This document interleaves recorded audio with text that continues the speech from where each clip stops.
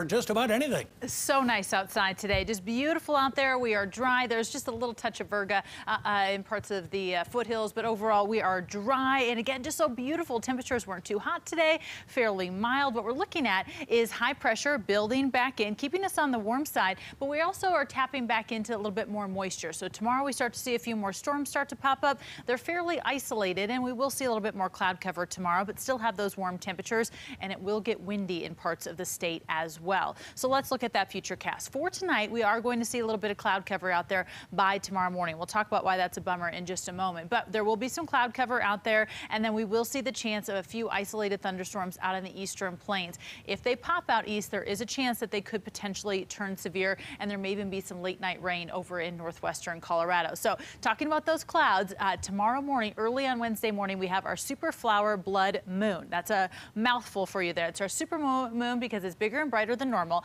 Flower moon because the main full moon is known as the flower moon because of the blooming flowers. It's also known as the blood moon because it will appear red due to the Earth's shadow, and that's also because we have a total lunar eclipse. So starting at 3:44 in the morning, we have our partial eclipse starting to begin, and then the total eclipse begins at 5:11 in the morning. So you have to wake up early for this, and there is that chance for cloud cover. So wake up and see. It's just worth waking up for at least. And then we see our maximum eclipse at 5:18 in the morning. The total eclipse ends at 5:25, and then the partial until moonset is at 5:43 in the morning. So the total eclipse only lasts for about 15 minutes. And if that was too fast for you, there is an article at cbsdenver.com with this information. Now, out in the eastern plains, chance for some of those storms to pop, especially the closer you live to Nebraska. Hail and wind will be big threats. And then on the opposite side of the state, we have fire danger for almost all of western Colorado, thanks to high wind and low humidity. Temperatures right now, 74 in Denver, 77 in Greeley, 70s out east, 60s, 70s in the high country, and we have 79